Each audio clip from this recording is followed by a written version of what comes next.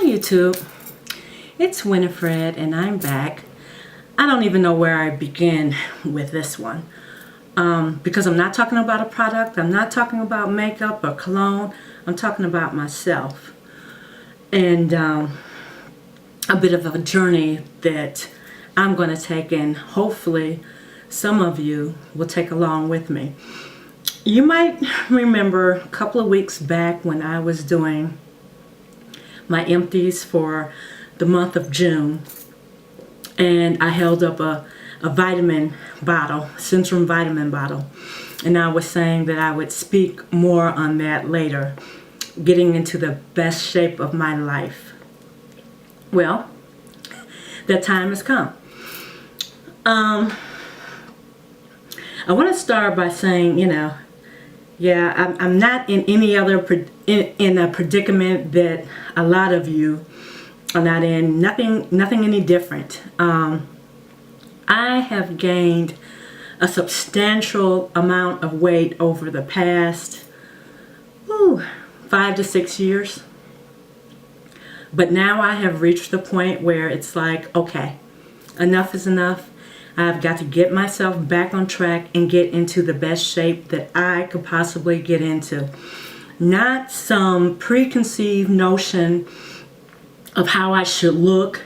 I'm not trying to emulate some supermodel or emulate someone whom is a total different body shape than myself. I like my body. I'm hippie, I have thighs, I have a behind, and that's fine with me. I accept it. However, I have gained a certain too much weight, and I need to lose it. So at this point, I want to get into the best shape of my life. Not just because I want to be able to wear the clothes that I used to wear or just for vanity, but for health reasons, I want to feel good.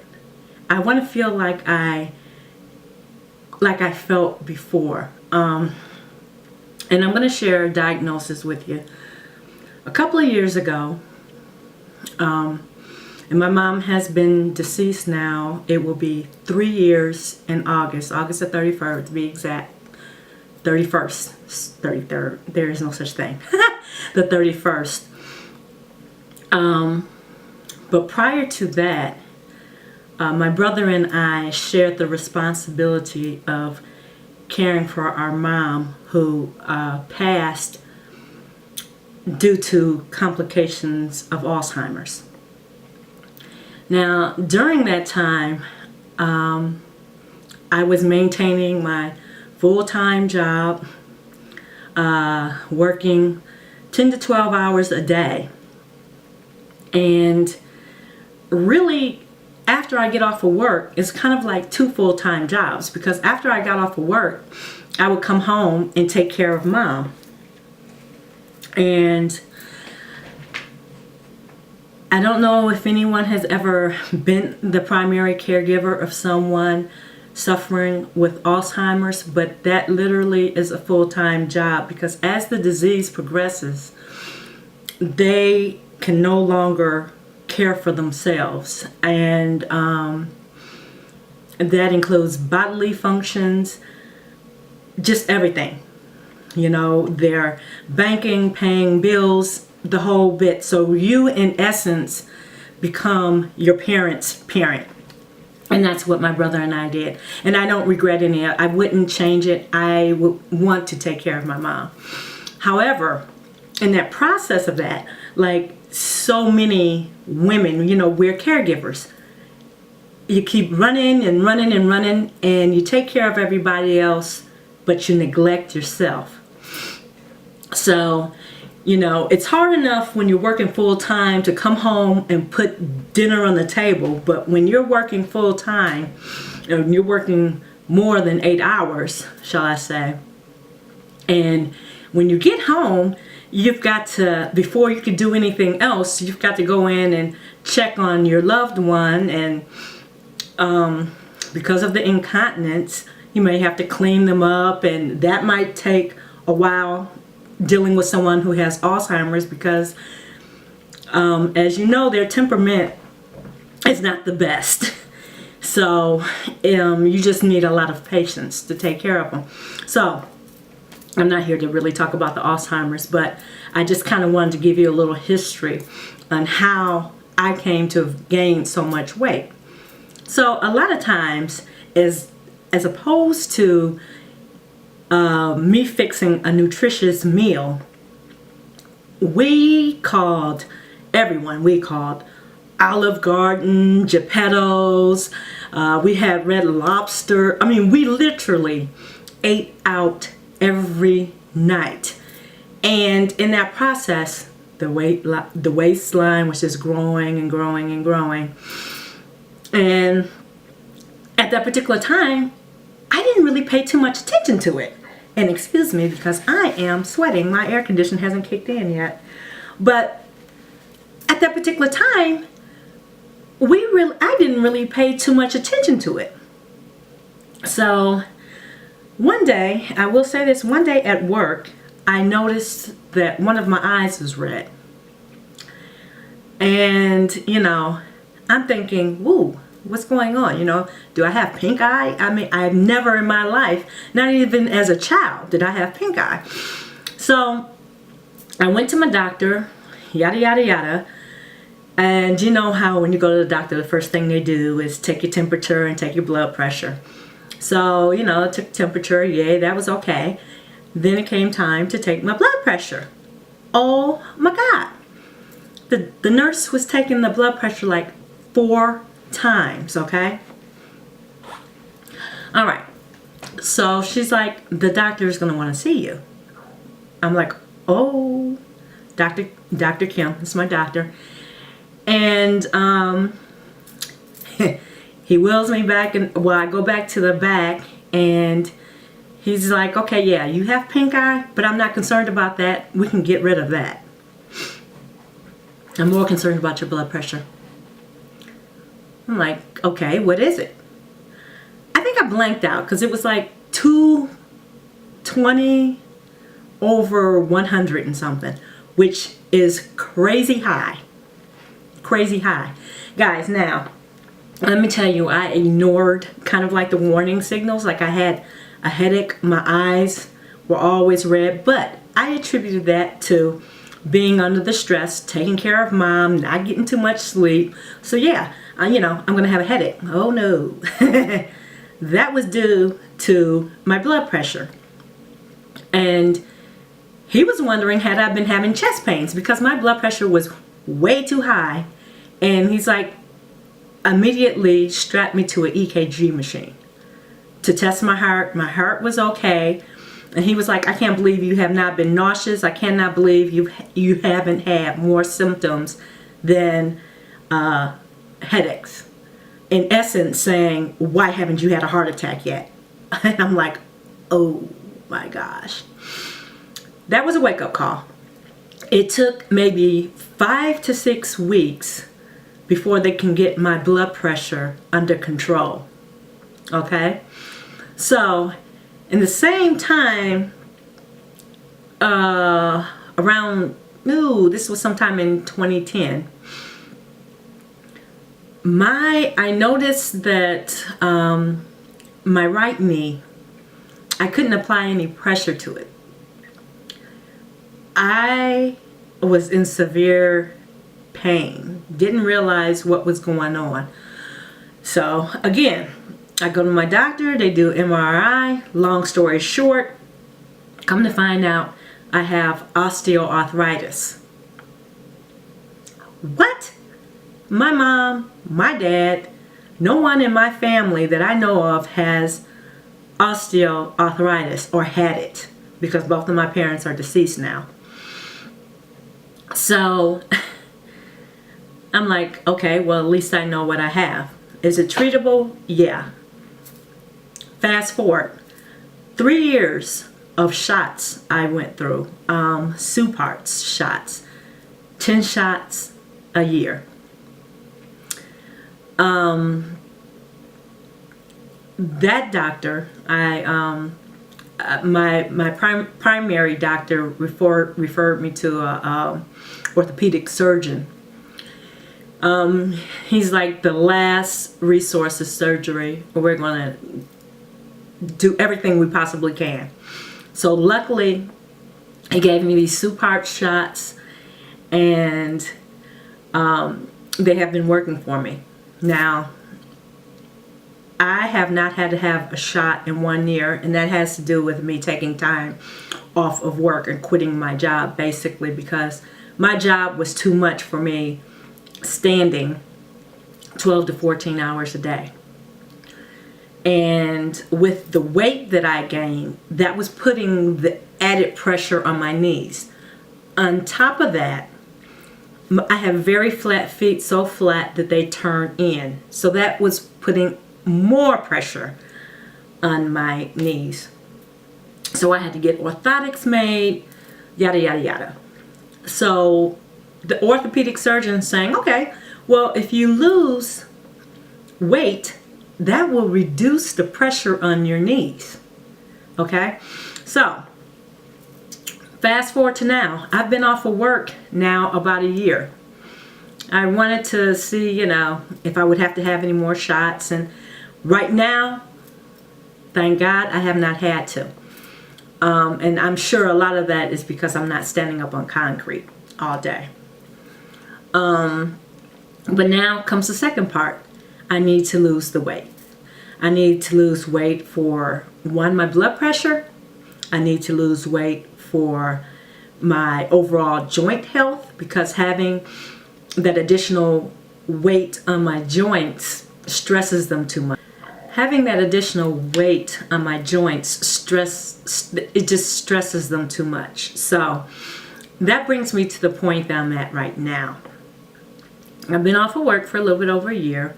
I haven't lost any weight, but my joint health is a lot healthier because I have not been standing on my feet all day, and I'm wearing my orthotics. So now comes the second part, losing the weight, and losing the weight healthily. So what I need to do is change my eating habits, exercise more by, you know, doing the aerobic exercise and lifting the weights and watching what I eat. Now, I've lost weight before. I know it can be done, and it's a matter of taking that responsibility. You know, nobody ate the bad foods or all the, well, excuse me, not bad foods, but ate the fast foods every day but me. So it's going to be me that has to take the weight off. I feel that if I take responsibility for it, then, you know, I could take responsibility for losing it. And that is what I'm going to do. It's all about harnessing that power that you have. The second that you give that power to somebody else, or say, oh, I gained the weight because of this and I'm not going to be able to lose it because of that, that's the second that you fail. Okay? So I'm harnessing my own power and saying, okay, this is what I need to do. These are the steps I need to take. Let's do this. And I'm hoping that, you know, if anybody else out there is on the same weight loss journey, that, you know, hey, come along with me. We can do it. I'm going to start the exercising every day. I used to seriously be into lifting weights and running. Obviously, I can't do the running like I used to do right now, but my orthopedic surgeon said, hey, there's no reason why you can't, you know, in time, once you get the weight down, so that you can jog and you're not pounding, you're not jarring your joints. So I'm hopeful of that. So what I'm going to do is take it one step at a time. I'm not doing anything crazy. I'm not taking any diet pills. I'm going to do it all myself. I'm not taking any diet pills. And the worst thing you can do is starve yourself. Because, you know, when you starve yourself and you're not eating, what happens to your body is it goes into starvation mode. And so everything, every ounce of fat that you have, excess weight that you have in your body is going to fight to keep that because it's going in that starvation mode. So you need to feed your body to keep your metabolism up. So what I'm going to do is, eat reasonable. I'm not going to say, hey, I'm never going to have a hamburger again. That's crazy. I like to eat. I like food. But what I am going to do is do it reasonably. You can't eat fast foods every day. You can't eat a package of cookies. You can't eat a big bag of potato chips. Instead, you can have maybe a smaller bag, or a few and step away. You never want to restrict yourself of any one particular food unless your doctor has said, okay, you cannot have this. But if you're healthy enough and you've gone to see your doctor, I've gone to see my doctor, you can eat these foods, but eat them reasonably. Because I think that if you restrict yourself so much, then you're going to want it all the more. And then you're going to go on that binging. So, you have to satisfy that beast, but do it reasonably. So you're going to want to eat breakfast. You're going to want to make sure you eat your 3 meals, but also a couple of snacks, but they got to be healthy snacks. So what I'm going to do in this segment, which I'm going to call Getting Into the Best Shape of My Life, I'm going to share with you some of the meals that I'm making, some of the snacks that I'm making, what kind of books I've been reading as far as health and nutrition, what kind of subscriptions I have to certain magazines, because I do read Oxygen magazine. And I used to love to lift weights. I got a weight room downstairs, so it's just a matter of me getting back into it and educating myself about overall just being healthy and eating the foods that are going to fuel me so that I can feel better. And I don't want to feel sluggish. I'm thinking not just about the vanity of losing weight so I can fit into those sexy jeans that I used to be able to fit into, but also about long-term health and actually feeling better.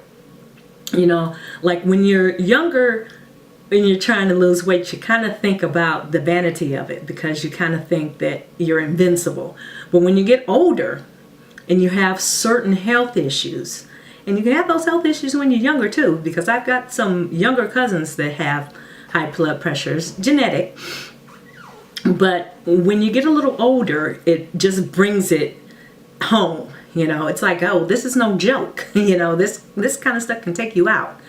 So it's all about me not just looking good, but feeling good and being the best I can be. And not just for my weight, for my skin, for my eyes, for my hair, for my nails, just feeling healthy inside out. Because what you put in your body reflects on the outside, on your skin, your teeth, your hair, your eyes, just all of that.